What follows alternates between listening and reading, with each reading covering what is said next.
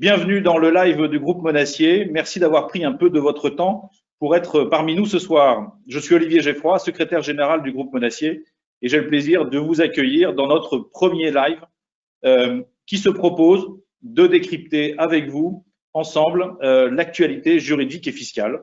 Nous reviendrons désormais régulièrement devant vous sur les réseaux pour commenter avec les 180 notaires et les 700 collaborateurs du groupe cette actualité. Nous le ferons aussi avec les professeurs agrégés qui sont membres de notre comité scientifique. J'aurai l'occasion d'en saluer un dans quelques instants, mais aussi avec nos amis du cabinet BH et Associés que je salue, et de manière plus générale avec, je dirais, des experts de notre écosystème, et Dieu sait s'ils sont nombreux. Alors permettez-moi tout d'abord en quelques mots de vous souhaiter une très bonne et une excellente année de la part de nous tous, une année faite de confiance, de résilience et, espérons-le, de performance. Alors chaque année, nous avons le droit au désormais rituel point sur la fiscalité, tant la France a fait de l'instabilité juridique et surtout fiscale un art de gouvernement. Et à chaque année, donc, ces changements, il faut donc les commenter. Le changement, c'est bien ce à quoi nous invite, dans sa grande sagesse, le Dalai Lama, qui disait il y a quelque temps déjà, je ne résiste pas à la tentation de vous livrer cette petite citation, au sein de cet environnement instable et turbulent, un seul élément reste constant, le changement. Convenons ensemble que 2020 nous aura apporté un nombre considérable de changements et que les dernières lois de finances, parce qu'il faut parler au pluriel désormais, auront de ce point de vue comblé toutes nos attentes. Alors nous souhaitons avec vous les commenter.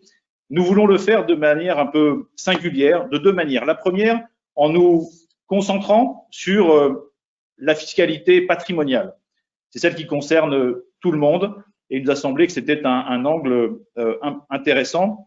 Mais bien évidemment, ce sera essentiellement de la fiscalité patrimoniale, pour reprendre un adverbe qui a fait couler beaucoup d'encre. Parce que nous allons, et c'est une deuxième particularité, nous voulons prendre un peu de champ et revenir également avec vous sur des modifications qui ont pu avoir lieu en 2020, mais qui auront un impact important dans les arbitrages que seront conduits à faire les acteurs en 2021. Je pense bien sûr à la notion d'abus de droit sur laquelle nous reviendrons largement. Je pense également aussi, notamment, à la question de la holding animatrice. Alors, pour vous décrypter cette actualité parfois complexe, mais avec de forts enjeux, nous avons fait appel évidemment à nos meilleurs experts. Je vous les présente très vite en quelques mots. D'abord Arlette Darmon, qui est sur ma gauche. Arlette, bonjour. Bonjour. Voilà, donc Arlette Darmon est présidente du groupe Monassier, notaire associé à Paris, responsable dans l'office Monassier associé du département patrimoine et entreprise, qu'elle a fondé d'ailleurs, co-auteur notamment, entre autres, du mémento Francis Lefebvre sur la transmission d'entreprise, et également intervenante dans le master droit du patrimoine professionnel à Dauphine. Le CV pourrait être évidemment largement plus complet. Elle est accompagnée également de Stéphane Berthou, notaire associé à Arras, que je salue. Bonjour Stéphane. Bonjour. Il est membre du comité directeur du groupe Monassier et Stéphane a fait de la transmission du patrimoine l'une de ses spécialités. Nous pourrons le voir tout à l'heure. Nous sommes également accompagnés, je le salue, du professeur Frédéric Douai. Bonjour Frédéric. Bonsoir Olivier, bonsoir à tous. Professeur agrégé de droit fiscal, comme je le disais il y a quelques instants, membre du comité scientifique du groupe. Il a enseigné dans différentes universités, Paris-Dauphine, Bourgogne-Franche-Comté et désormais à l'université de Rouen-Normandie où il dirige le Master 2, droit des affaires et fiscalité. Et il est également directeur de thèse, c'est un auteur prolixe. Il est connu notamment sur les réseaux sociaux par son surnom, je vous le livre, Fiscalitor. Et je vous recommande notamment sa dernière production à la lecture du titre que je ne résiste pas de vous faire. Il s'agit d'un anti-manuel de psychologie fiscale ou technique de plumaison des contribuables sans trop les faire crier tout un programme. Nous avons hâte de vous écouter, mon cher Frédéric. Nous sommes également accompagnés de Bruno Hiquet. Bonsoir Bruno. Bonsoir, bonsoir à tous. Avocat fondateur du cabinet BH et Associés. Bruno a fait ses armes en quelque sorte chez Gide, chez Fidal, chez Pitt Marwick, avant de fonder son propre cabinet en 85, cabinet spécialisé en fiscalité, droit des affaires, droit des sociétés. Bruno est lui-même spécialisé en fiscalité.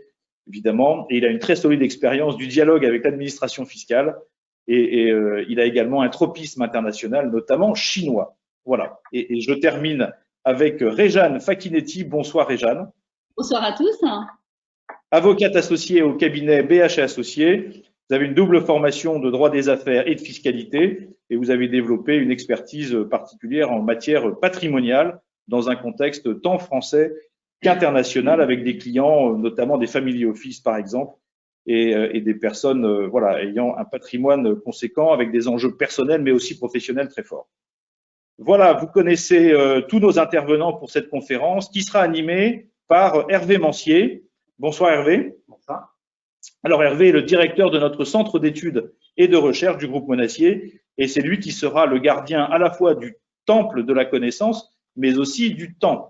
Et le temps justement, nous nous donnons globalement 1h30, couvre-feu oblige, et afin également de ne pas trop peser sur vos emplois du temps respectifs, compte tenu d'ailleurs de l'ampleur et de la densité des sujets traités, vous comprendrez qu'il sera compliqué de se livrer au jeu du question-réponse. Alors donc sans plus tarder, je cède donc la parole à Hervé pour introduire le premier sujet. Très bonne conférence à tous. Bonjour à tous. Pour commencer ce panorama de fiscalité patrimoniale, je vous propose de nous intéresser tout d'abord aux principales dispositions des lois de finances. La crise sanitaire a fortement impacté le budget avec de nombreuses mesures de soutien. Et la première mesure susceptible d'intéresser les particuliers dont nous allons parler ce soir est la nouvelle exonération temporaire pour dons familiaux de sommes d'argent. Maître Stéphane Berthoud, pouvez-vous nous préciser quelles sont les conditions pour en bénéficier et s'il s'agit là d'une véritable opportunité? Bonsoir à tous. Alors, c'est un dispositif qui est issu de la loi de finances rectificative de juillet 2020 et qui effectivement crée une nouvelle exonération de droits de mutation pour les dons de sommes d'argent familiaux dans la limite de 100 000 euros donnés. Cette donation doit être consentie à un descendant ou à défaut de descendant. Elle peut être également consentie à des neveux ou des nièces. C'est un dispositif qui va être temporaire, c'est-à-dire que ça touche les donations consenties entre le 15 juillet dernier et jusqu'au 30 juin prochain. Alors, sur le fond, cette nouvelle exonération est intéressante, mais néanmoins, ces conditions la rendent malheureusement assez difficile à mettre en œuvre. En effet, la loi prévoit des conditions d'affectation de la somme donnée et de surcroît dans un certain délai. Ainsi, la somme d'argent doit être utilisée, employée au plus tard le dernier jour du 3e mois qui suit la donation. Et surtout, l'emploi des fonds est réglementé puisque les fonds donnés doivent servir soit à des dépenses de travaux ou des dépenses éligibles au dispositif de rénovation énergétique. Elles peuvent également servir à la souscription au capital initial ou à une augmentation de capital d'une petite entreprise avec d'autres conditions qui la rendent encore plus difficile à mettre en œuvre. C'est-à-dire que la société doit exercer son activité depuis moins de 5 ans, donc une société jeune dans le cadre de l'augmentation de capital. Surtout, elle ne doit pas avoir encore distribué de bénéfices et le donataire, donc celui qui reçoit la somme d'argent, doit y exercer son activité professionnelle principale ou, si la société est soumise à l'impôt sur les sociétés, une fonction de direction. Le dernier emploi possible des fonds est lié à la construction de sa résidence principale par le donataire. Justement, concernant cette affectation, qu'en est-il des VFA, contrats qui mêlent acquisition et construction? Est-il possible d'employer les fonds donnés à cet effet? Alors non. La vente en état futur d'achèvement, donc la vente sur plan d'un logement qui n'est pas encore construit, ne rentre pas dans le dispositif. De même, l'emploi de la somme d'argent donnée dans l'acquisition d'un bien bâti n'est pas éligible au dispositif, ni même l'acquisition du terrain. Alors, petite précision, s'agissant des terrains, le terrain, par contre, qui va supporter la construction faite par le donataire, peut avoir été acquis avant le 15 juillet 2020. Dernière question, comment s'articule cette exonération avec les autres abattements en vigueur en matière de donation? Alors, cette exonération peut se cumuler avec les autres abattements, notamment l'abattement général successoral et par donation de 100 000 euros entre parents et enfants, mais également avec les dons de sommes d'argent de 31 865 euros, dont aux petits-enfants ou dons aux enfants. Très bien, merci. Autre point important de ces lois de finances, le souhait du gouvernement et du législateur d'encourager les bailleurs à abandonner les loyers au profit des entreprises touchées par la crise. Quelles sont les mesures incitatives qui ont été adoptées à cet effet? Alors, elles sont de deux ordres. On a tout d'abord une prorogation du dispositif mis en place en 2020 par le gouvernement, justement pour inciter les bailleurs à abandonner ou à renoncer au règlement des loyers de leurs locataires. Ce dispositif, donc, qui fonctionne pour les bailleurs qui relèvent soit des BIC, soit des revenus fonciers, le dispositif est prorogé pour les abandons qui peuvent être consentis jusqu'au 30 juin 2021. Ça, c'est donc la prolongation du dispositif existant. Par contre, la loi de finances crée un nouveau dispositif de crédit d'impôt qui va être ouvert aux bailleurs personnes physiques ou aux sociétés et même aux collectivités territoriales, même certains offices publics de l'habitat. La condition, c'est que le bailleur ne devait pas être en difficulté au 31 décembre 2019, donc ne devait pas être en difficulté au sens européen du terme. Les locaux concernés sont des locaux qui sont situés en France et le loyer servant d'assiette de ce crédit d'impôt, les loyers hors taxes, hors accessoires, est dû au titre du mois de novembre 2020, donc sur le deuxième confinement de 2020. Les locataires concernés, eh bien, ils ne doivent pas avoir de lien avec le bailleur, sauf à justifier de difficultés de trésorerie particulières. Ça concerne également donc les locaux frappés par l'interdiction d'accueil du public et ceux des activités particulièrement impactées, telles que l'hôtellerie, la restauration, les bars, cafés, les locaux agences de tourisme, par exemple, ou les locaux servant une activité d'événementiel. On notera quand même un petit point intéressant, c'est que bénéficient quand même du dispositif des locaux dans lesquels sont exercées des activités qui, bien que fermés, font du click and collect ou du drive-in. Dernière précision, les locataires pouvant bénéficier du dispositif, ce sont les locataires qui ne doivent pas être en difficulté au 31 décembre 2019 ni en liquidation judiciaire.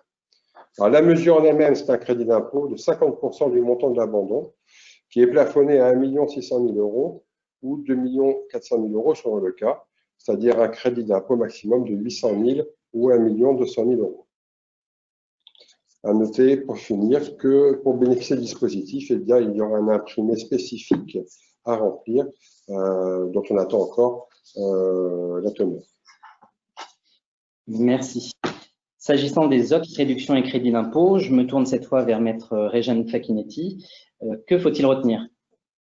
Alors effectivement, on a d'abord une réduction d'impôt Pinel qui est prorogée. Alors je rappelle que la réduction d'impôt Pinel, elle consiste à ouvrir droit à une réduction d'impôt aux gens qui investissent dans le logement neuf qui est destiné à la location nue. Donc ça implique que le logement soit situé, ça concerne que certains types de biens dans certaines zones géographiques avec des performances énergétiques particulières.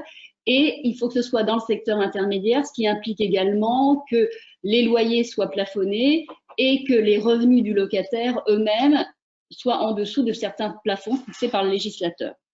Donc, la loi de finances pour 2021, donc, elle a prorogé ce dispositif. Initialement, il était prévu jusqu'au 31 décembre 2021 et donc il est prorogé pour 3 ans jusqu'au 31 décembre 2024.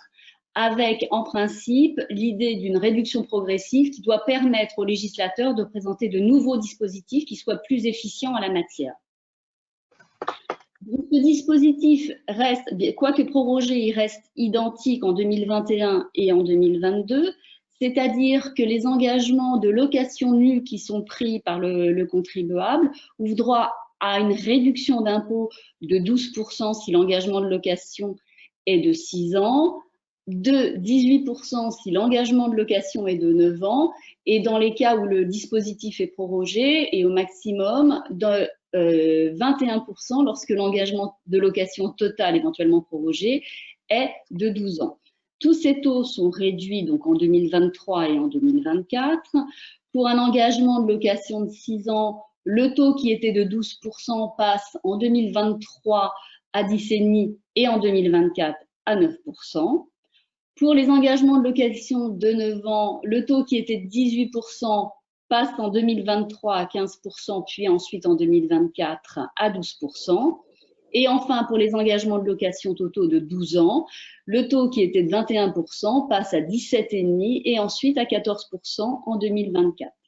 Alors, il faut quand même noter que les logements neufs qui sont construits dans des quartiers prioritaires de la ville ou qui répondent à des normes environnementales et énergétiques exceptionnelles qui devront être fixées par décret, eux continuent à ouvrir droit aux réductions d'impôts comme antérieurement.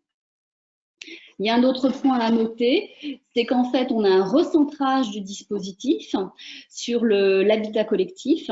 Il avait déjà été décidé précédemment que pour les investissements qui seraient faits à compter du 1er janvier 2021, seules les acquisitions de logements neufs ou les acquisitions faites en VFA dans des bâtiments collectifs ouvriraient droit à cette réduction d'impôt. Donc, on excluait les maisons individuelles et ce recentrage est également maintenant applicable à compter du 1er janvier 2021 sur les immeubles que le contribuable fait construire. Et s'agissant de la réduction d'impôt Madelin? Alors, la réduction d'impôt Madelin, effectivement, elle est modifiée. Donc, c'est une réduction d'impôt que tout le monde connaît, qui est en fait une réduction d'impôt lorsqu'on fait une souscription au capital des PME, soit de façon directe, soit de façon indirecte, ou qu'on fait un investissement dans un fonds d'investissement de proximité ou dans un FCPI. Elle est fixée à 18% en principe, avec des plafonds d'investissement de 50 000 € pour une personne seule, ou de 100 000 € pour un couple marié ou pacsé soumis à une imposition commune. Alors, elle a connu un petit peu des évolutions rocambolesques, c'est-à-dire qu'effectivement, à partir de 2018, et pour compenser, dans le cadre de la suppression de l'ISF, la réduction ISF-PME qui existait, il a été décidé par le législateur que du 1er janvier 2018 au 31 décembre 2018, exceptionnellement, cette réduction d'impôt Madelin IRPP serait majorée et connaîtrait un taux de 25%.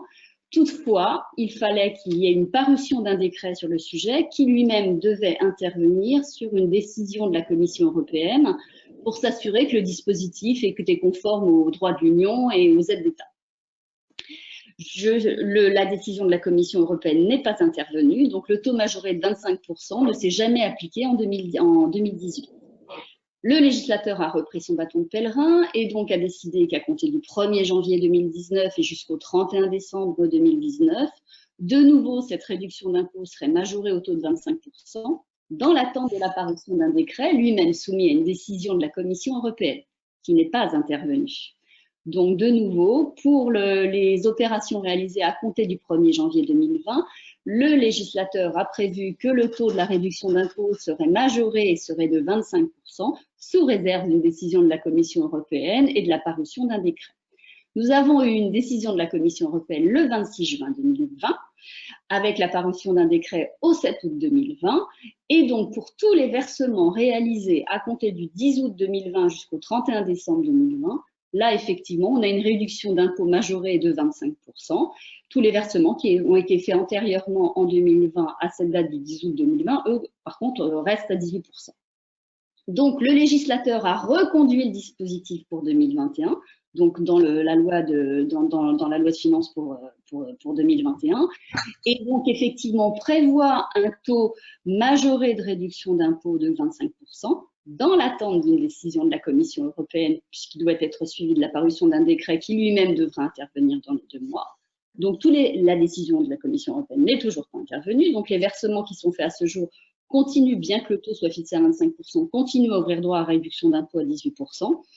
Et on peut espérer que cette année, dans la mesure où la Commission européenne a décidé une première fois d'une conformité du dispositif dans le cadre de l'année 2020, on peut espérer que sa décision interviendra un petit peu plus rapidement que les années précédentes. Mais en tout cas, il faut attendre cette décision pour que les versements ouvrent droit à une réduction d'impôt de 25% entre cette fameuse date de décret et le 31 décembre 2021.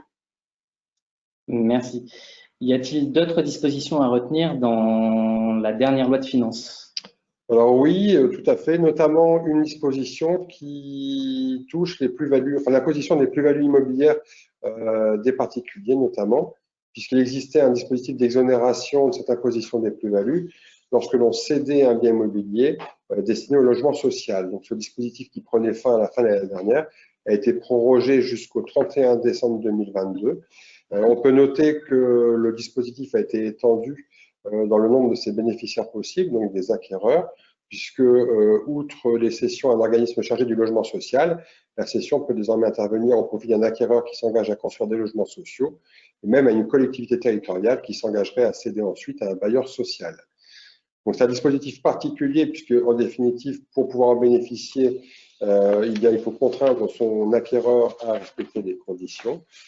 Conditions au terme desquelles on fait notamment un engagement de construire donc, soit de 4 ans, soit de 10 ans pour les collectivités. On remarque également que les logements concernés sont plus nombreux, puisque à côté du locatif et du logement conventionné qui ouvre droit aux APL, sont désormais ajoutés les logements qui font l'objet d'une location-accession ou ceux qui font l'objet d'un bail réel solidaire. Donc un dispositif prorogé, recentré dans la qualité des bénéficiaires de la vente et élargi quant aux logements pouvant être construits par la suite. Et quels ont été les apports de la dernière loi de financement de la sécurité sociale? Alors, il y a eu des modifications sur la soumission aux charges sociales des opérations de location meublée qui sont destinées en fait à mettre en cohérence le dispositif fiscal et le dispositif social. En fait, il faut rappeler que depuis la décision du Conseil constitutionnel de 2018, on est locataire, la condition d'inscription au registre du commerce qui était exigée pour pouvoir être considéré comme loueur en meublé professionnel a disparu. Ça a été retranscrit dans le Code général des impôts à compter du 1er janvier 2020. Donc maintenant, on est fiscalement loueur en meublé professionnel lorsqu'on réalise plus de 23 000 € de recettes annuelles. Et deuxième condition, que ces 23 000 € de recettes dépassent les revenus professionnels du foyer fiscal. Alors, on entend par revenus professionnels du foyer fiscal les traitements et salaires, les pensions, les bénéfices industriels et commerciaux en dehors du meublé, les bénéfices non commerciaux, les bénéfices agricoles et les revenus des gérants majoritaires qui relèvent de l'article 62.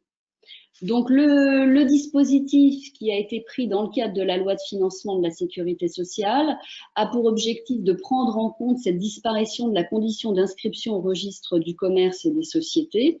Et donc, maintenant, sont soumis aux charges sociales donc les loueurs en meublé qui réalisent des opérations de meublé qui leur procurent plus de 23 000 € de recettes et qui font soit des opérations de location saisonnière de courte durée, donc au jour, à la semaine, au mois, ça vise un peu le Airbnb,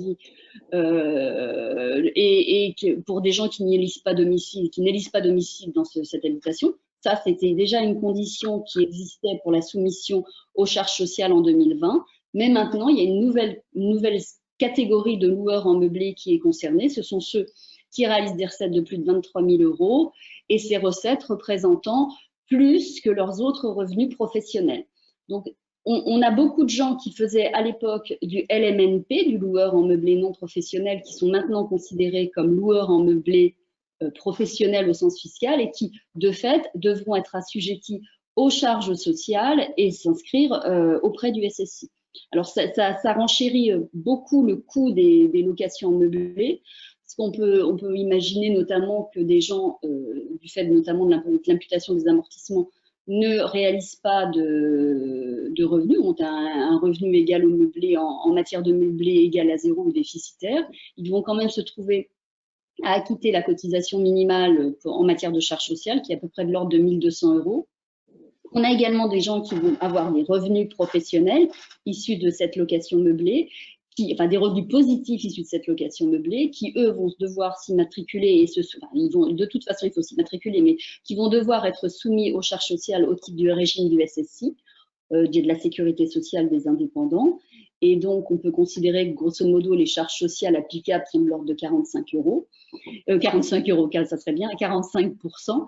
Et enfin, en dernier lieu, un des impacts négatifs du dispositif, c'est qu'effectivement en cas de cession du bien, on peut réaliser une plus-value à court terme qui, sous réserve de certaines conditions, va être exonérée fiscalement lorsqu'on remplit certaines conditions spécifiques au montant du chiffre d'affaires, à la durée de l'activité.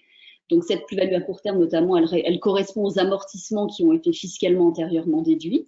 Donc là, on a une plus-value à court terme qui est susceptible fiscalement d'être exonérée de toute imposition, mais en contrepartie, maintenant, elle sera soumise aux charges sociales, ce qui n'était pas le cas auparavant pour les gens qui faisaient de la location meublée de longue durée. On peut également signaler qu'il est prévu en fait de préciser par décret ultérieurement les règles qui vont s'appliquer de façon plus spécifique, soit dans l'hypothèse où le bien est détenu par une personne morale, on pense notamment par exemple au SARL de famille, et puis les biens qui sont également détenus en indivision, qui nécessiteront pour ces deux cas-là, ou peut-être d'autres et d'autres précisions, des décrets ou des explications complémentaires. Maître Stéphane Berthoud, Maître Réjeanne Facchinetti, merci beaucoup pour vos précisions.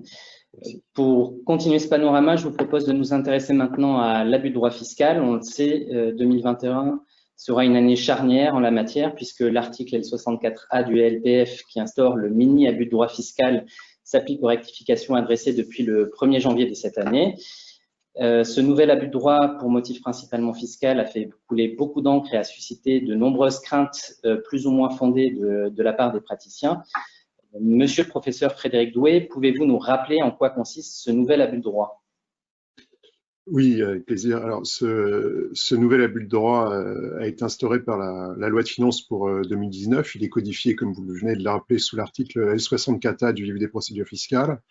Et les choses commencent à se préciser sérieusement puisque la loi de finances pour 2019 prévoyait que ce nouvel abus de droit commencera à s'appliquer à l'égard des notifications, à l'égard plutôt des propositions de rectification notifiées à compter du 1er janvier 2021 qui portent sur des actes passés ou réalisés à compter du 1er janvier 2020. Donc ça commence depuis le 1er janvier dernier. Et effectivement, ce nouvel abus de droit a fait couler beaucoup d'encre, a suscité un certain nombre d'interrogations et de craintes, mais objectivement, je pense qu'il faut savoir raison garder et ne pas trop s'affoler parce que pour le comprendre, il faut rappeler assez brièvement la genèse de ce dispositif. Et il faut remonter en fait à la loi de finances rectificative pour 2008 qui s'inspirait déjà de la jurisprudence du Conseil d'État et qui, à l'époque, a modifié le champ d'application de l'abus de droit traditionnel, article 64, en l'étendant à l'abus de droit par fraude à la loi, c'est-à-dire en prévoyant la possibilité pour les services fiscaux de mettre en œuvre la procédure de répression des abus de droit en cas de poursuite par le contribuable, notamment d'un but exclusivement fiscal. Alors, cet abus de droit pour motif exclusivement fiscal, il était difficile à mettre en œuvre pour les services fiscaux, puisque si les mots ont un sens, ça voulait dire qu'à partir du moment où vous étiez en mesure d'avancer une ou plusieurs raisons de nature non fiscale, eh bien, ça signifiait que littéralement, vous n'étiez pas dans le champ d'application de l'article 64. Alors ça posait beaucoup de difficultés probatoires aux services fiscaux, bien évidemment, puisque chacun sait que lorsque vous mettez en place une opération, eh bien, il est toujours possible de trouver tout un tas de raisons plus ou moins bonnes de nature non fiscale pour expliquer la mise en œuvre de cette opération, et donc ça a posé des difficultés. Et en 2013, le Conseil d'État s'est éloigné d'une lecture littérale de l'article 64 du livre des procédures fiscales, en mettant en balance les avantages économiques liés aux opérations. Et en 2013, le Conseil d'État met en balance d'un côté les avantages économiques dits déterminants, et puis de l'autre, ceux qui ne sont qu'accessoires ou secondaires. Et le Conseil d'État dit en substance dans cet arrêt de 2013 qu'une opération est dépourvue de réalité économique dès lors que les avantages procurés par l'opération ne sont que des avantages secondaires ou accessoires.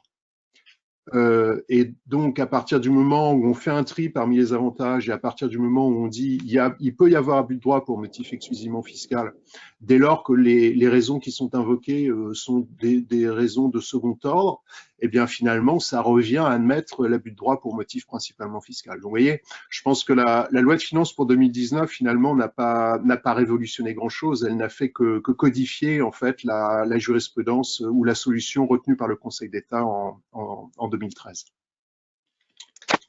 Merci. Alors, il y a un an, l'administration fiscale publiait ses commentaires au BOFIP. Arlette Darmon, que peut-on retenir de ces commentaires? Les craintes des praticiens sont-elles encore justifiées aujourd'hui? Alors, oui, effectivement, il y a eu des commentaires. C'est l'histoire du verre à moitié vide ou à moitié plein. Pour certains, ces commentaires sont très encourageants, pour d'autres, largement insuffisants. La vérité est certainement au milieu de tout ça. Néanmoins, il y a quelques précisions et ça rejoint ce que vient de dire Frédéric. Je crois qu'il faut raison garder. Ce texte ne doit pas nous effrayer outre mesure. D'abord, dans ces commentaires qui sont anciens maintenant, puisqu'ils ont presque un an déjà, elle est revenue effectivement sur le champ d'application de ce nouvel abus de droit. Le champ d'application, c'est bien sûr tous les impôts, ce que l'on avait bien compris, à l'exception de l'impôt sur les sociétés. La date, je n'y reviens pas, hein, donc c'est des notifications de redressement qui peuvent démarrer cette année pour des montages passés en 2020. Alors, il y a une précision là-dessus, on nous parle d'actes passés ou réalisés. Alors, sur les actes passés, on voit à peu près ce que cela veut dire, donc c'est les actes qui ont été signés, et certainement que, en fait, ce sont les actes qui ont acquis date certaine. Donc, pour un acte notarié, c'est la date de signature. Pour un acte sous seing privé, ce sera la date d'enregistrement. En revanche, réaliser est un petit peu plus énigmatique. Certains y ont vu des actes qui ne seraient pas devenus définitifs, qui seraient réalisés sous la condition suspensive. D'autres y ont vu des actes qui auraient plusieurs dates de réalisation, des opérations échelonnées, par exemple une opération réalisée en 2019, puis une autre, la suivante réalisée en 2020. Je crois qu'il faudra encore attendre un peu pour voir, en tout cas pour les actes qui ont date certaine. Je pense que là, on n'a pas de doute là-dessus. En ce qui concerne les textes réglementaires là-dessus, alors parce que l'administration a bien sûr rappelé qu'il y avait effectivement le gain fiscal, hein, un but principalement fiscal, mais qu'il y avait aussi une notion de fraude à la loi. Et donc, elle a précisé les textes qui devaient être fraudés. Et notamment, elle a rappelé que les instructions administratives qui étaient publiées au BOFIP, dès lors qu'elles ne rajoutent pas à la loi, ne sont pas concernées par cette application. Le but principalement fiscal qui nous a effectivement tant effrayé et qui a fait couler beaucoup d'encre, Frédéric le rappelait, ce n'était pas la première fois. C'est sûr qu'on était très confortable avec l'objectif exclusif fiscal qui effectivement nous permettait très souvent de démontrer qu'il y avait un autre but qu'un but fiscal, le principalement fait couler beaucoup d'encre parce que est-ce que c'est une question de dosage? À quel moment est-ce qu'on est en principal ou en accessoire? Est-ce que c'est un pourcentage ou pas? Et finalement, on voit que dans cette réponse et dans ces précisions, l'administration fiscale se rapproche principalement de l'essentiellement fiscal, et quand on est sur l'essentiellement, on n'est pas sur l'exclusivement, mais on n'en est pas loin, donc c'est plutôt rassurant là-dessus. Et puis, rappelons aussi que dans ce texte, c'est quelque chose qui est important, l'administration fiscale dans ses précisions nous indique que clairement, lorsqu'on a deux solutions, eh bien, il ne nous est pas interdit de choisir la solution la moins onéreuse pour aboutir au même résultat. Et là, on pourrait effectivement y voir du principalement fiscal. Mais là, clairement, l'administration nous explique qu'on a le droit de choisir la solution la moins onéreuse, qui nous rassure quand même pour nos clients. C'était quand même assez compliqué de leur vendre un schéma en disant, voilà, il y a 2 ou 3 schémas possibles, mais nous allons choisir le plus cher pour être sûr de ne pas tomber dans la notion d'abus de droit. Devenait extrêmement compliqué. Ouf, on a échappé à ça. Au regard de ces commentaires, quelle position retenir pour les schémas d'optimisation traditionnels? Je pense notamment, par exemple, aux opérations de donation avant cession. Alors, quand on est sur une donation avant cession, il y a deux opérations juridiques, hein, une donation et puis une cession, dès lors que ces opérations sont réelles et qu'on a réellement une donation et ensuite une cession. Je ne vois pas pourquoi on serait dans un objectif principalement ou essentiellement ou exclusivement fiscal. Effectivement, on va avoir un gain fiscal, puisqu'en général, dans ce type d'opération, on fait ce choix parce que céder puis donner coûterait plus cher, puisqu'on aurait la plus-value et puis derrière les droits de donation. Donc là, évidemment qu'on va pas éluder, mais réduire l'imposition, en tout cas éviter une double imposition, une double peine, mais dès lors qu'il y a une réalité de l'opération et que la donation est réelle, il n'y a pas de raison de voir ce schéma remis en cause. Enfin, je ne sais pas ce que Frédéric en pense, mais je crois qu'on en a déjà parlé ensemble. Oui, oui, effectivement, je rejoins entièrement ce que dit Maître Darmon. La grille de lecture, en fait, elle est relativement, je pense, relativement simple de cet article 64A. Il faut distinguer d'un côté les avantages fiscaux qui sont expressément prévus par le Code général des impôts, et puis de l'autre, les avantages fiscaux qui sont procurés indirectement par la mise en œuvre de techniques patrimoniales ou sociétaires. En ce qui concerne les avantages qui résultent directement de la loi fiscale, pour moi, il n'y a aucune difficulté. Il est bien évident que lorsque vous mettez en place un pacte du transmission, vous pouvez invoquer tout un tas de raisons qui sont relatives à la pérennité de l'entreprise, etc., etc. Mais lorsque vous bénéficiez d'un avantage fiscal qui vous permet de réduire l'assiette des droits de 75%, il est bien évident que l'avantage fiscal est essentiel ou principal. Donc pour ça, aucune difficulté. Même chose sur le sujet que nous avions abordé avec Arlette justement, juste après le vote de la loi de finances sur les donations avec réserve d'usufruit qui là aussi ont fait couler beaucoup d'encre. Et quand vous procédez à une donation avec réserve d'usufruit, il est certain que dans un premier temps, vous diminuez l'assiette des droits de mutation à titre gratuit, c'est l'article 669 du Code général des impôts. Mais là encore, vous bénéficiez d'un avantage qui est expressément prévu par le Code général des impôts. Et au moment du décès de l'usufruitier, article 1133 du CGI, la pleine propriété est reconstituée sur la tête du nu propriétaire en franchise de droit de mutation à titre gratuit. Donc là, pas de difficulté. D'ailleurs, le hasard fait bien les choses puisque nous avons publié avec Arlette une chronique dans les Échos sur ce sujet et dès le lendemain, donc l'administration fiscale par un communiqué, le hasard fait bien les choses, a confirmé cette position. Donc lorsqu'on bénéficie d'avantages qui sont expressément prévus par le Code général des impôts, objectivement pas de difficulté, sous réserve bien évidemment des hypothèses qui sont toujours plus ou moins frauduleuses.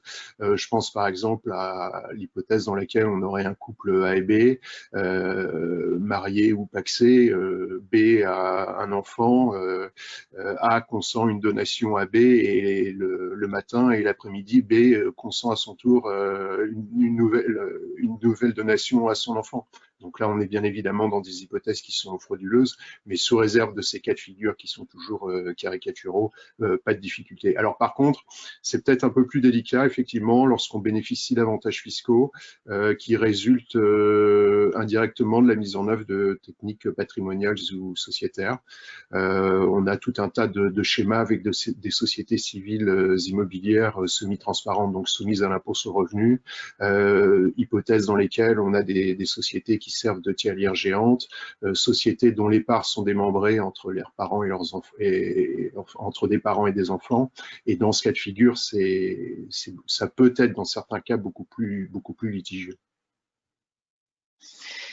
Voilà, juste pour compléter, hein, c'est que dans tous ces schémas qui nous semblent des schémas qui ne sont pas du tout susceptibles d'être mis en cause, encore une fois, si tout est respecté, s'il n'y a pas de fraude à la loi.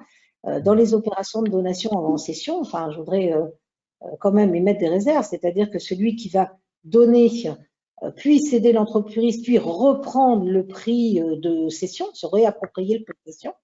Je ne parle pas du quasi-usufruit qui est quand même sur un autre régime, mais clairement, il n'y a pas d'intention libérale. Donc, on ne l'a pas. De la même façon qu'une donation avec une réserve d'usufruit, si l'usufruit ne s'exerce jamais, eh bien, c'est pas une donation avec une réserve d'usufruit. Donc, voilà, on valide ces schémas sous réserve qu'il n'y ait pas d'intention de fraude et que ce soit des schémas qui correspondent bien à ceux que l'on fait. Oui, puisque cette forme d'abus de droit, en fait, il faut pas oublier une chose, c'est que l'abus de droit par fraude à la loi est destiné à sanctionner des opérations qui sont dépourvues de réalité économique. Donc si, comme le disait Maître Darmon, effectivement, il y a une donation avec réserve d'usufruit, mais qu'en réalité, il se passe concrètement rien du tout, l'opération est dépourvue de réalité économique. Donc là, il n'y a pas de difficulté. Oui, d'accord. Et en pratique, comment sécuriser les opérations au regard de ce mini-abus de droit fiscal? Alors, en pratique, déjà, lorsqu'on fait une opération et qu'on va rechercher l'opération, on va effectivement s'assurer qu'on a un but économique. Si le seul but est d'éluder un impôt ou de ne pas payer d'impôt, je pense que là, on a effectivement d'ores et déjà un problème, exactement comme avec l'ancienne version de l'abus de droit, enfin l'ancienne version qui est toujours d'actualité, mais effectivement, il faut pérenniser les opérations. Et puis, il faut effectivement regarder si les objectifs et les objectifs économiques sont réels. Et donc, et à partir de là, je pense qu'on n'aura pas de soucis. Après, il y a des opérations, on en avait, je crois, déjà aussi parlé. Le changement de régime matrimonial, qui est un acte de base que vont rencontrer les notaires, des époux qui viennent pour changer de régime matrimonial, en général, c'est parce qu'ils ont l'intention de protéger leur conjoint, de leur donner un peu plus, de leur permettre de disposer du bien en cas de décès en pleine propriété. Enfin, il y a une raison. En revanche, le changement de régime matrimonial qui a pour but de rendre commun un bien ou des titres de société que l'on va donner l'après-midi même ou dans les 3 mois, dès que les délais d'opposition seront faits à l'enfant, on peut s'interroger sur la volonté réelle des époux de se protéger mutuellement.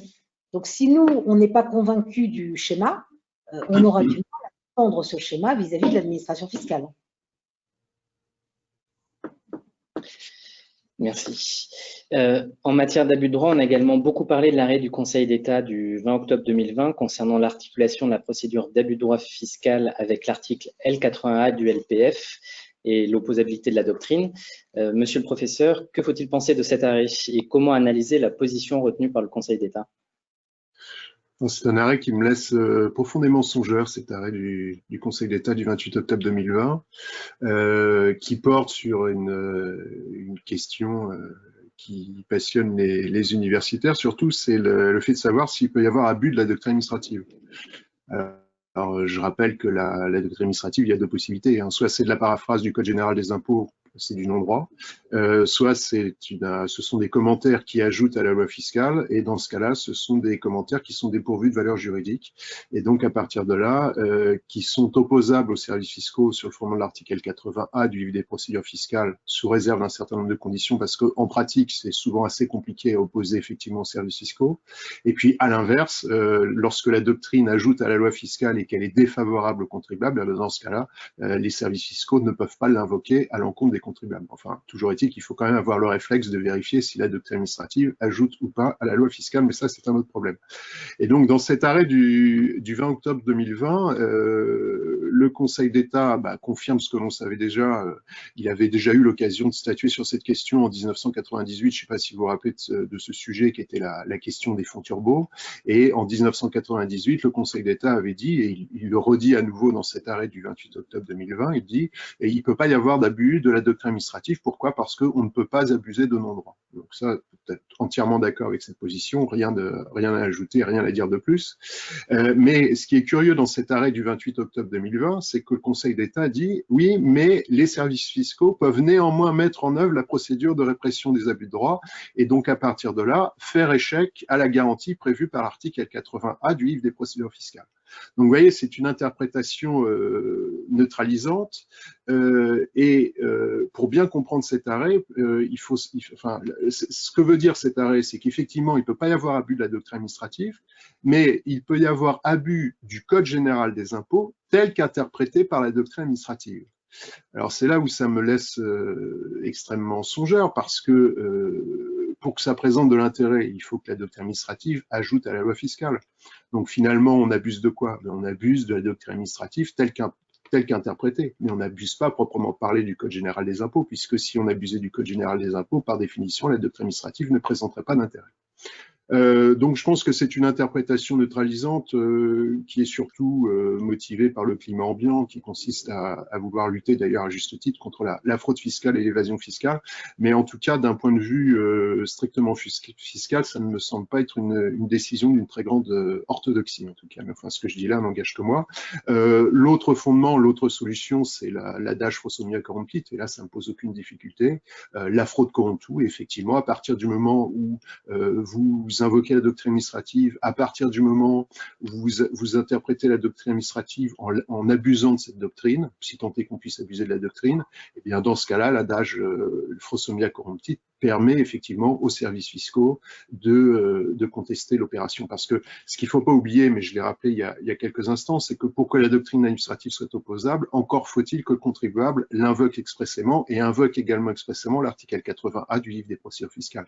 Donc l'adage Frosomia corrompit a toute sa portée, mais lorsqu'on lit les conclusions du rapporteur public, on a bien vu que le Conseil d'État ne voulait pas s'aventurer dans cette voie pour éviter que le contribuable soit privé des garanties prévues en cas de mise en œuvre de l'abus de droit fiscal, parce que ces garanties ne s'appliquent pas si on met en œuvre l'adage Frosomia corrompit. Monsieur le professeur, maître Albert Termont, je vous remercie. Autre actualité phare de l'année 2020, ce sont les décisions du Conseil d'État et de la Cour de cassation en matière de holding animatrice exerçant une activité mixte dans le cadre du dispositif du TREI.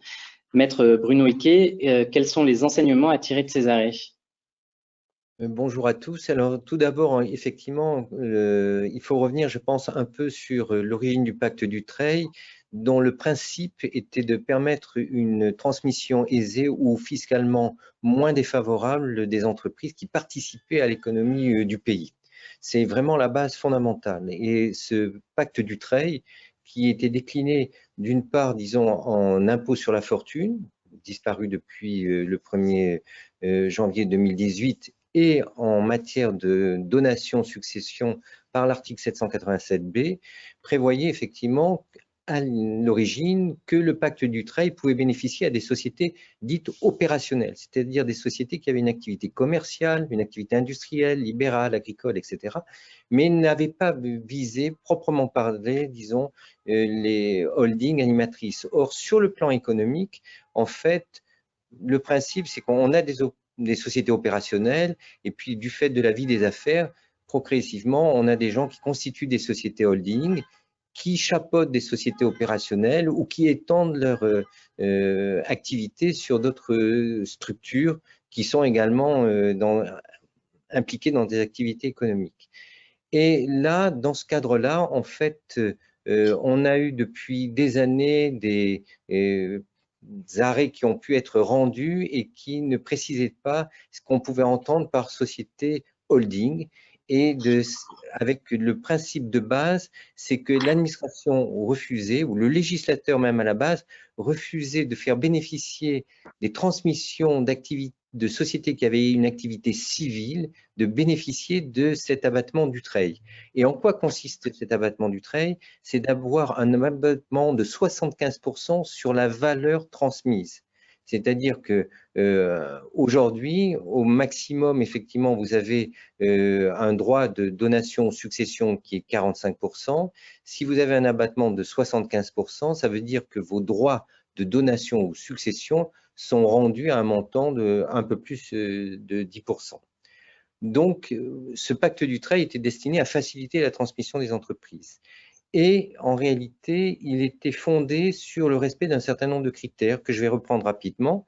Il y avait l'activité éligible, il y avait le pourcentage de capital transmis, il y avait des engagements à prendre pour les personnes participant, disons, à cet engagement du TREI qui était signé entre des gens qui faisaient partie de la même famille, ou ça pouvait être même des gens extérieurs, mais le principe c'était généralement des gens d'une même famille.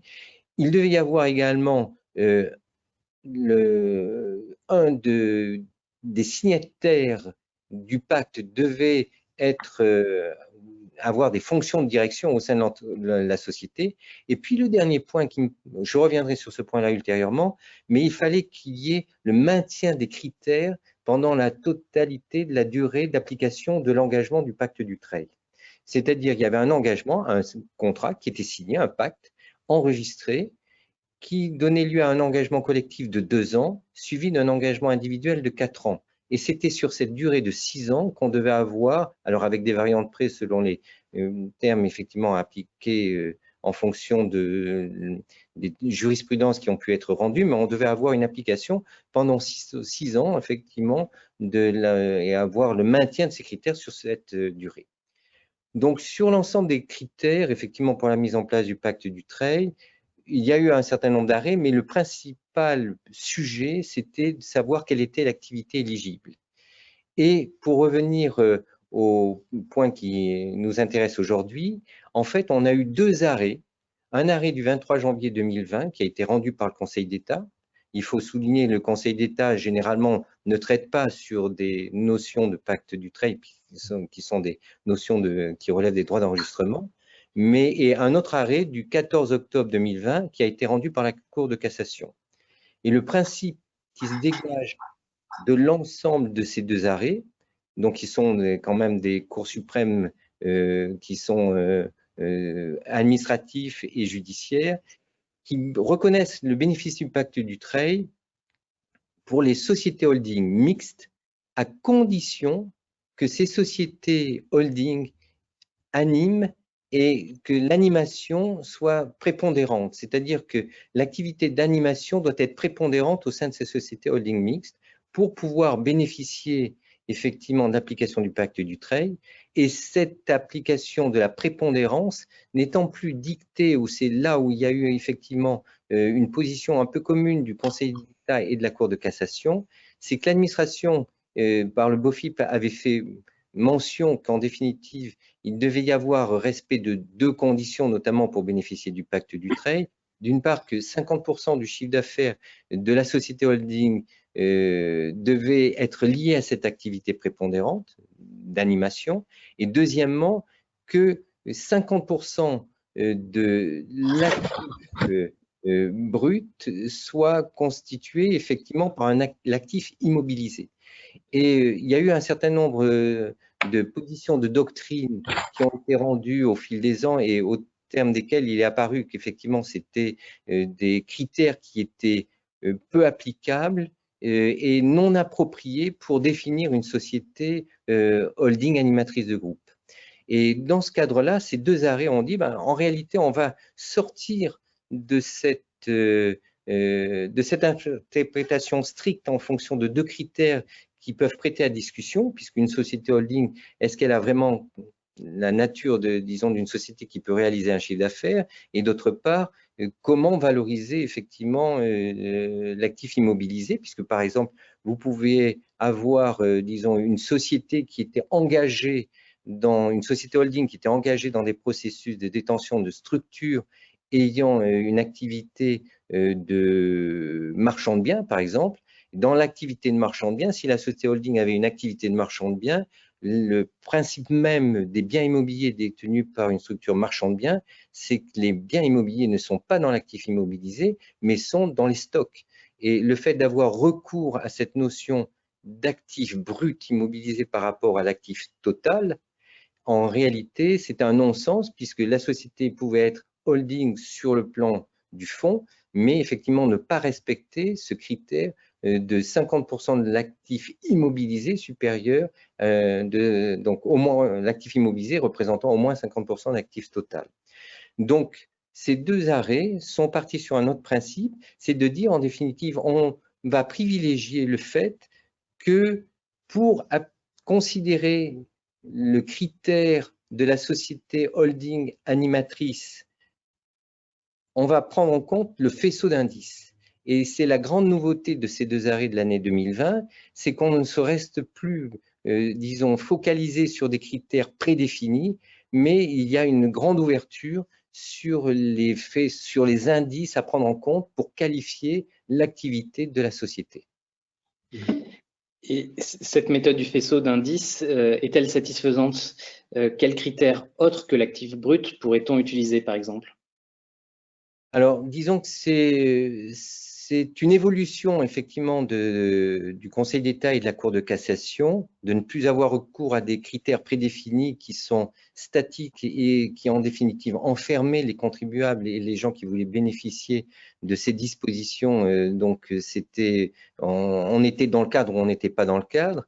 Mais le problème, c'est qu'en définitive, le fait de venir vers le faisceau d'indices, en réalité, ça laisse une grande latitude d'appréciation, et une grande latitude d'appréciation n'est pas exempte de danger, car cela veut dire qu'en définitive, l'administration pourra utiliser une multiplicité de critères. Il va falloir avoir une vigilance très importante où effectivement, il va falloir revenir sur le fond des activités même de la structure holding.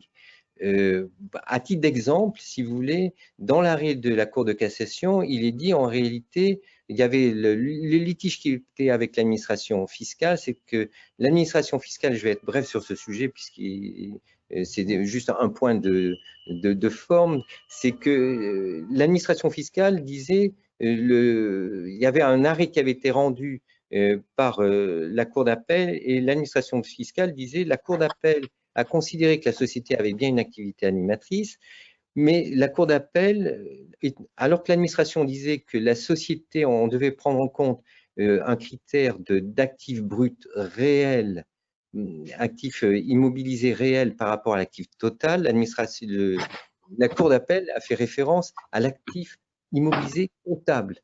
Donc, et cet arrêt, effectivement, de la Cour de cassation est venu sur le fait que l'arrêt de la Cour d'appel a été cassé, non pas par rapport, disons, aux critères pris en compte, mais par le fait qu'en définitive, la Cour d'appel ne s'était pas prononcée sur la notion d'actif comptable ou brut.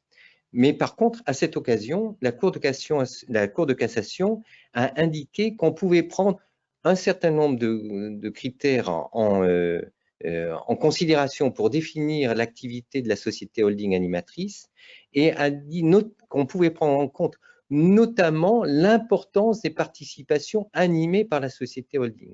Ce qui est intéressant, c'est l'utilisation d'une part du terme « notamment » et le gros danger qu'il peut y avoir, c'est de dire cette importance des participations animées, comment on valorise ces participations.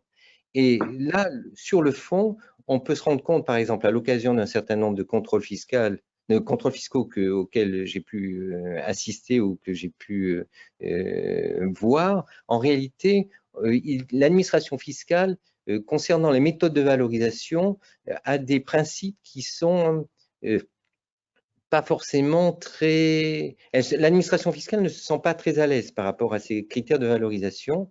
Elle va prendre en compte des critères, par exemple, de productivité, valeur patrimoniale, valeur, disons, de capitalisation, de la marge brute d'autofinancement, mais disons, il y a un certain nombre de méthodes qu'elle ne va pas prendre en compte.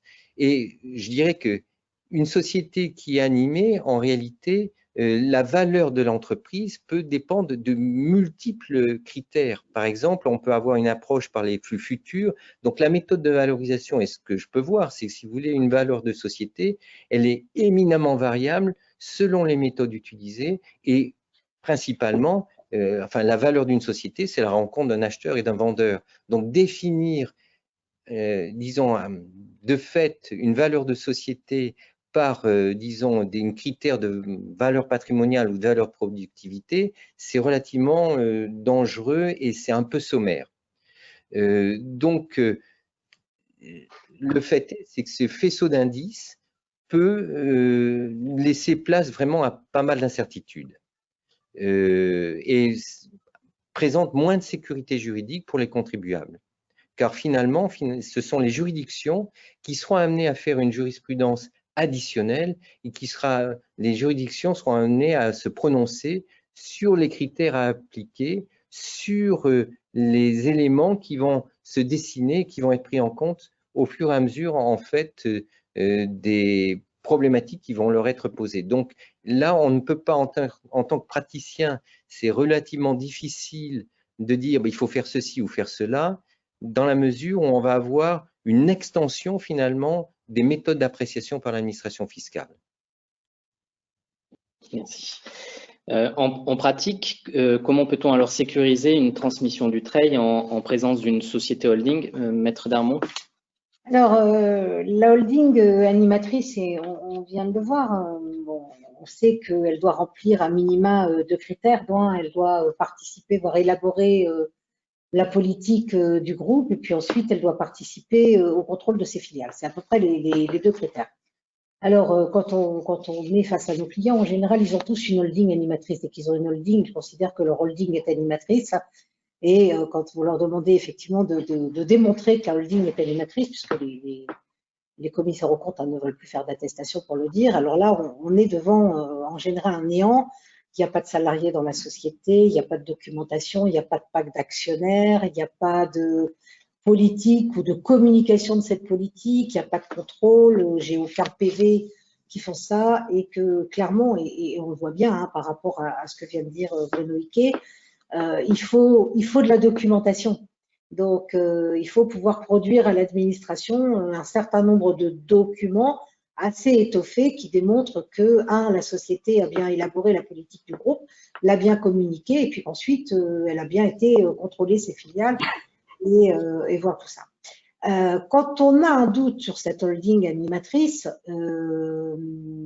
Bruno Hickey le rappelait dans le mécanisme du pacte du TREI, le pacte du TREI avait été fait à l'origine pour des sociétés d'exploitation ayant une activité opérationnelle directement. Eh bien, le pacte du TREI, quand on est en présence de sociétés interposées et qu'on a une société holding, n'impose pas que le pacte soit pris sur cette société holding.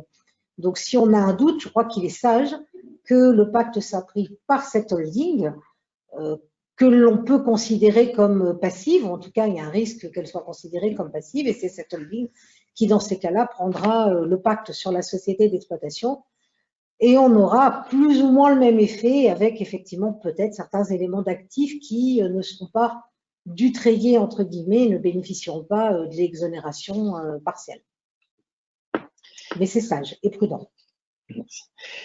Face à ces incertitudes et aux nombreuses zones d'ombre du texte, une réforme d'ensemble ne serait-elle pas nécessaire? Alors, il y a eu des tentatives, hein, on a eu des textes et des projets, et quand on a vu les projets, on a pleuré.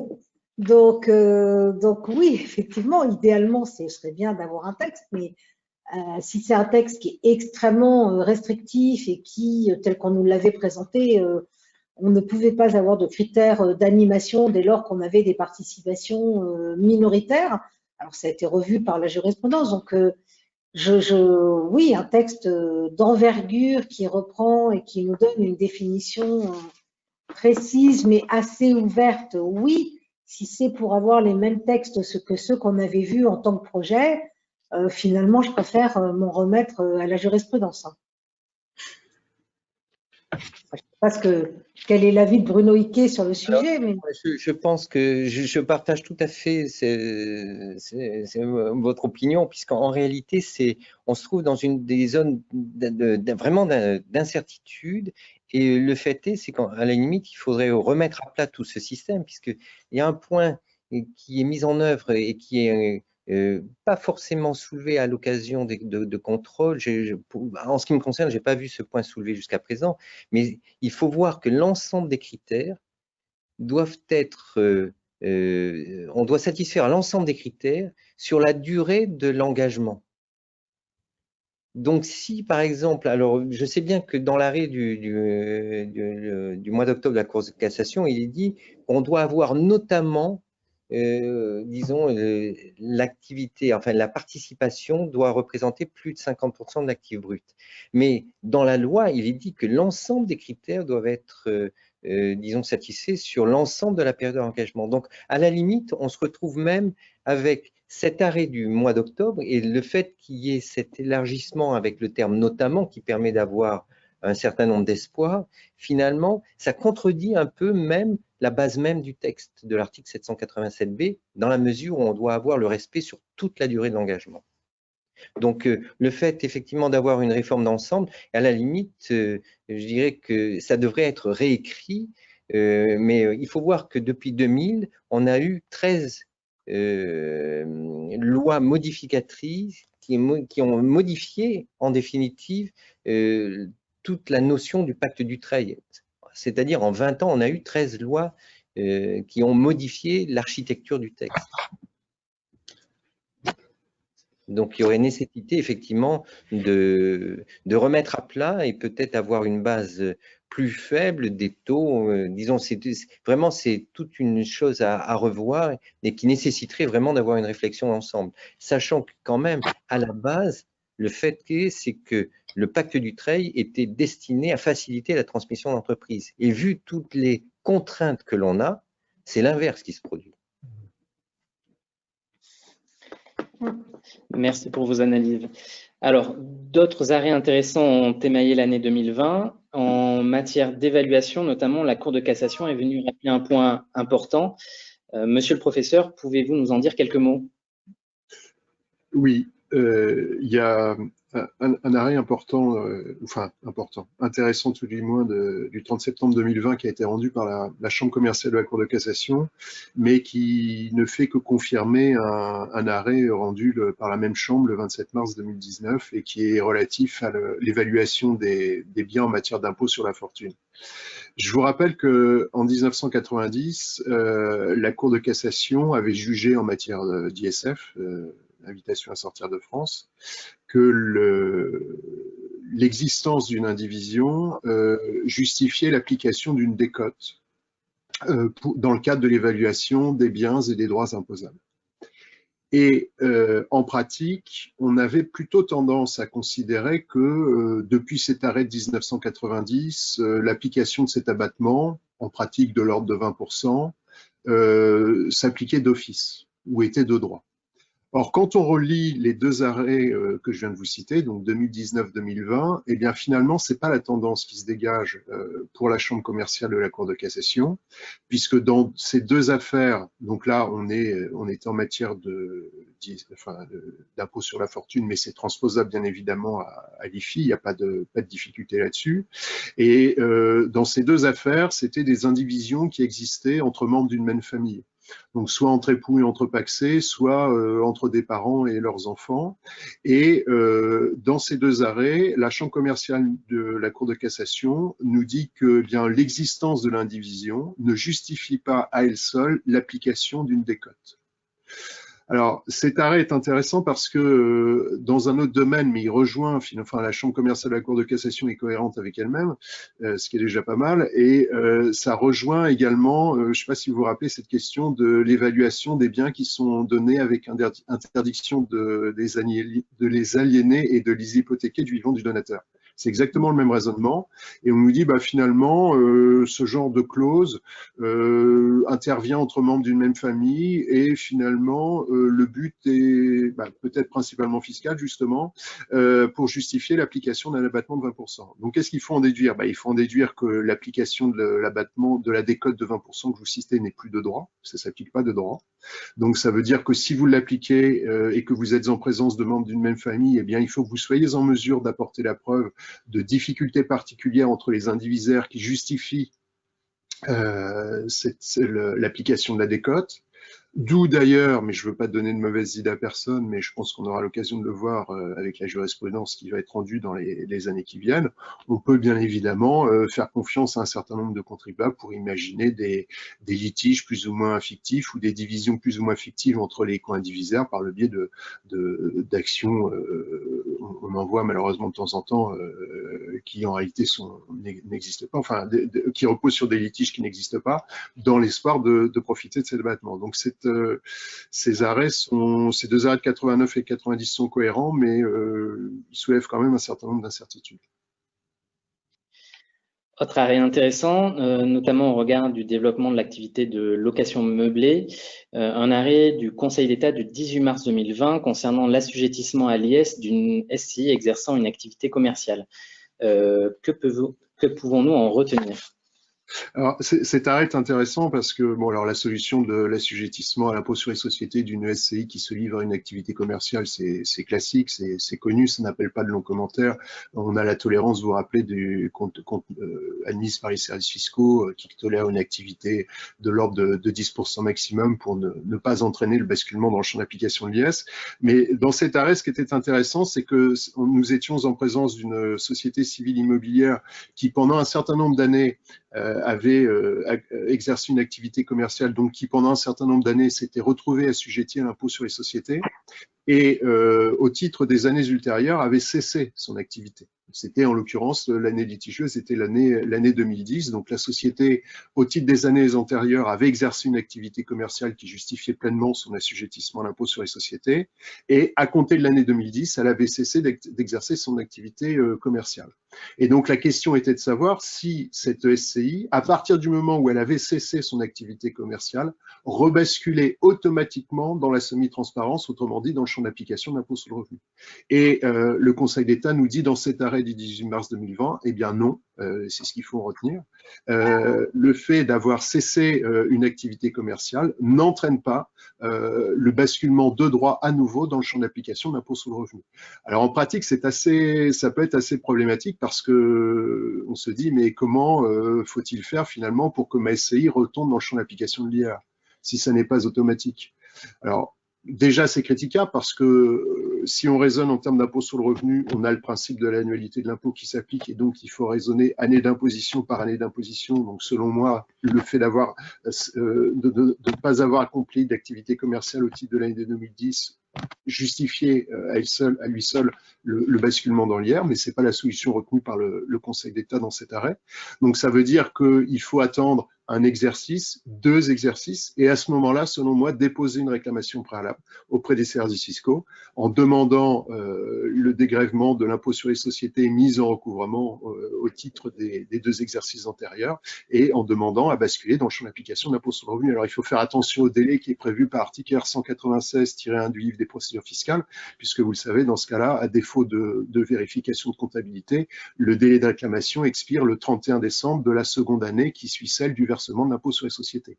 Donc, une année ne suffit pas, manifestement, il faut attendre 2 exercices. Maître Darmon, comment éviter alors cet assujettissement à l'IS de l'origine? C'est le grand dilemme du moment. On a énormément effectivement de sociétés civiles patrimoniales qui vont basculer contre le gré des associés souvent. Pourquoi? Aujourd'hui, un exemple très simple, ce que l'on rencontre très souvent, ce sont des familles qui achètent une résidence secondaire et puis qui constituent une société civile pour l'acquisition de ce bien parce qu'ils veulent faire entrer les enfants dans la société et leur transmettre des parts en disant c'est un bien qu'on va garder, un bien familial. Et puis, la tentation est grande quand on voit qu'on paye finalement pas mal de charges, ça ne fait que coûter une résidence secondaire. Et quand on voit Airbnb, on se dit mais finalement ça marche bien, moi je vais mettre à disposition mes biens immobiliers. Alors en juin, j'y vais pas, en septembre, j'y vais pas, à Noël, ça se loue super bien, et puis plusieurs fois dans l'année, on met à disposition. Alors évidemment, quand vous dites aux clients que c'est de la location meublée, on dit ah non, je ne peux pas en meubler, je loue. Ah oui, mais faire croire à l'administration fiscale que les gens qui sont venus passer une semaine dans votre maison sont arrivés avec le camion de déménagement, les meubles, et qui sont repartis avec et qu'ils ont remis gentiment les vôtres à leur place, je crois que c'est difficile à démontrer et effectivement, on se retrouve avec une activité commerciale. Alors, il y a des schémas, effectivement, aujourd'hui, que l'on peut préconiser, même s'il y a d'autres inconvénients, notamment en termes d'IFI, par exemple, au niveau de l'imposition, mais on peut effectivement éviter ce genre de schéma en faisant acheter l'usufruit directement par les époux, par exemple, pour qu'ils puissent louer, et puis la nue propriété par la société civile. Du coup, l'imposition BIC, puisque ce seront quand même des bénéfices industriels et commerciaux, sera chez les personnes physiques, avec le risque en cas de donation des parts d'avoir une double imposition sur la valeur du bien détenu par les époux, valeur pleine propriété en tant qu'usufruitier, et sur les parts de société qui pourraient être détenues par les enfants qui correspondent à la valeur de la nue propriété. Alors, en fonction de l'imposition des enfants, en fonction de leur patrimoine, voilà, il faut en fait adapter tout ça. Mais c'est vrai qu'aujourd'hui, beaucoup de sociétés vont ou risquent de basculer à l'IS. Merci. Pour terminer ce tour d'horizon, quelques mots peut-être sur la fiscalité en cas de divorce ou de séparation. Monsieur le professeur Frédéric Doué. Oui, avec plaisir. Alors là, juste une remarque avant de vous dire 2-3 mots, puisque je vois que le temps file. C'est un domaine qui n'intéresse pas le législateur. Or, c'est un domaine dans lequel les dispositions du Code général des impôts n'ont pas été dépoussiérées depuis des années. Et donc, au fil des réformes, je pense notamment à partir de la réforme de 1999 du Pacs et du concubinage, toutes les réformes civiles se sont empilées. Et curieusement, au fur et à mesure, le Code général des impôts n'a pas été dépoussiéré. Ce qui fait qu'actuellement, lorsqu'on lit le Code général des impôts, ça semble simple, mais en réalité, quand on voit le volume de contentieux que ça génère avec les services fiscaux, eh bien, on s'aperçoit qu'il y a tout un tas de hiatus entre le civil et le fiscal. Et ça, c'est vraiment contraire à la sécurité fiscale des contribuables et aussi à celle de l'administration fiscale. Donc, il serait bienvenu que le législateur s'intéresse à ces questions. D'ailleurs, elles sont pas très difficiles à résoudre. Alors, quelques mots. Je regarde le droit de partage, prestations compensatoires mixtes et puis contribution aux charges du mariage. Ça va être très rapide parce que je m'aperçois qu'il ne reste que quelques minutes. Alors, sur le droit de partage, c'est toujours la sempiternelle question des époux qui divorcent par consentement mutuel et auxquels on souffle l'idée de céder leur résidence principale avant le dépôt de leur convention au rang des minutes du notaire et de se répartir le prix de vente sans rien dire à personne, surtout aux services fiscaux, pour échapper au droit de partage de 2,5%. Alors déjà, première remarque, le droit de partage est appelé dans ce cas de figure à diminuer et ça avait été prévu par la loi de finances pour 2020. Donc en 2020, nous étions toujours à 2,5%, mais à compter du 1er janvier 2021, on est passé à 1,8% et à compter du 1er janvier 2022, donc l'année prochaine, nous repasserons à 1,1% qui était le taux applicable jusqu'au 31 décembre 2011. Donc cette baisse va peut-être s'accompagner d'une disparition de tous ces stratagèmes qui sont plus ou moins bons, enfin surtout moins que plus. Et donc, que disent un certain nombre de réponses ministérielles? Eh bien, elles nous disent que dans le cas de figure que j'évoquais, il n'y a pas de droit de partage. Alors, ces réponses ministérielles sont éminemment critiquables parce qu'on nous dit il n'y a pas d'acte, donc il n'y a pas de droit de partage. C'est vrai que le droit de partage est un droit d'acte, mais il faut quand même ne pas oublier une chose, c'est que encore faut-il qu'il y ait quelque chose à partager, en l'occurrence une indivision. Or, tant que la convention n'a pas été déposée, eh bien vous n'avez pas d'indivision post-communautaire, et donc à partir de là, il n'y a pas de droit de partage, tout simplement parce qu'il n'y a rien à partager. Donc il y a d'autres schémas qui sont préférables plutôt que celui-ci. Alors ensuite, sur les prestations compensatoires mixtes, je vous rappelle qu'au moment de la réforme de la prestation compensatoire qui date des années 2000, le législateur avait, d'un point de vue fiscal, réservé un sort particulier aux prestations compensatoires mixtes ou panachées. Donc, il faut appliquer le régime fiscal de façon distributive. La fraction sous forme de rente est soumise à l'impôt sur le revenu. Ça veut donc dire qu'elle est déductible du revenu brut global de son débiteur et imposable entre les mains de son créancier dans la catégorie des pensions et rentes viagères. Donc là, pas de difficulté. Par contre, la fraction sous forme de capital n'ouvrait pas droit à la réduction d'impôt sur le revenu prévue par l'article 199 octodécies. Je pense que vous vous rappelez de cet article à la numérotation un peu barbare ou exotique. C'est l'article qui vous dit que lorsque la prestation compensatoire prend la forme d'un capital, et bien que dans ce cas-là, le débiteur bénéficie d'une réduction d'impôt égale à 25% du montant du capital, mais calculée dans la limite d'un plafond de 30 500 €. Donc si vous faites 25% de 30 500 €, ça vous fait une réduction maximum d'impôt de 7 625 €.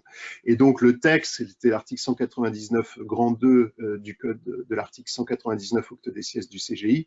Le texte prévoyait qu'en cas de prestation compensatoire mixte ou panachée, la fraction sous forme de capital n'ouvrait pas droit à la réduction d'impôt sur le revenu. Cet article 199 grand 2 199 octodécès grand 2 du CGI a été censuré par le Conseil constitutionnel dans le cas d'une question prioritaire de constitutionnalité. Et donc, à compter de maintenant, donc c'est ce qui résulte de la dernière loi de finances, le législateur a pris acte de cette censure et donc a fait disparaître l'article 199 octodécès grand 2. Donc ce qu'il faut retenir, eh bien c'est que dorénavant, lorsque vous avez une prestation compensatoire mixte, eh bien la fraction sous forme de capital ouvre droit au bénéfice de la réduction d'impôt sur le revenu. Et puis encore un mot, je vois qu'il reste un point sur la contribution aux charges du mariage. Là, je vous rappelle aussi que l'article 156 du Code général des impôts, qui énumère de façon limitative les charges qui sont déductibles du revenu brut global en matière d'IR, prévoit la déduction de la contribution aux charges du mariage. Alors, je le rappelle pour ceux qui ne sont pas habitués aux arguties fiscales, que ça suppose bien évidemment que les époux fassent l'objet d'impositions distinctes en matière d'impôt sur le revenu, donc il y a un flux financier entre deux foyers fiscaux distincts, sinon ça n'a aucun intérêt, ça ne s'applique pas. Donc les époux sont imposés séparément, l'un verse à l'autre une contribution aux charges du mariage, et le Code général des impôts vous disait, eh bien cette contribution est déductible, mais, et c'était un piège, sous réserve que son montant soit fixé par une décision de justice. Là aussi, censure par le Conseil constitutionnel et pour faire bref, donc la loi de finances pour 2021 tire les conséquences de cette censure et supprime comme condition l'existence d'une décision de justice. Donc ce qu'il faut retenir, c'est que maintenant que la contribution soit versée spontanément ou qu'elle soit versée en vertu d'une décision de justice, et bien que dans les deux cas, elle est déductible du revenu brut global de son débiteur et corrélativement, elle est imposable entre les mains de son créancier. Voilà ce que je pouvais vous dire sur ces 3 points, un peu au pas de course, mais je vois qu'il nous reste un peu de temps. Merci.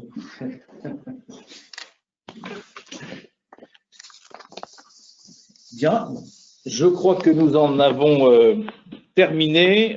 Moi, je voudrais d'abord remercier nos intervenants, d'abord pour avoir respecté cette donnée impossible à respecter qui est celle du temps. Parler de sujets aussi complexes dans aussi peu de temps est un véritable défi et merci de l'avoir relevé pour nous. Merci donc à Arlette Darmon, à Stéphane Berthou, à Frédéric Douet, à Bruno Hiquet, à Réjeanne Facchinetti de nous avoir donné leurs commentaires, leurs analyses, de nous avoir fait part de leur point de vue de praticiens, mais aussi de professeurs agrégés, et c'est en croisant ces regards que je pense qu'on finit par avoir sur ces sujets effroyablement complexes un œil pertinent. En 1h30, vous nous avez livré une belle démonstration de cet adage chinois, mon cher Bruno. Vous allez me trouver très asiatique ce soir, mais cet adage chinois qui dit que celui qui aime à demander conseil grandira. Ben, écoutez, j'espère que ce soir, nous avons un peu grandi et j'espère que ces conseils vous auront été utiles à toutes et à tous. Vous pourrez naturellement les retrouver sur notre site internet en replay pour ceux qui le souhaitent. Je vous donne rendez-vous pour d'autres lives dans les prochaines semaines sur d'autres sujets naturellement. Et puis d'ici là, naturellement, portez-vous bien. À très bientôt. Au revoir. Au revoir. Merci. Au revoir.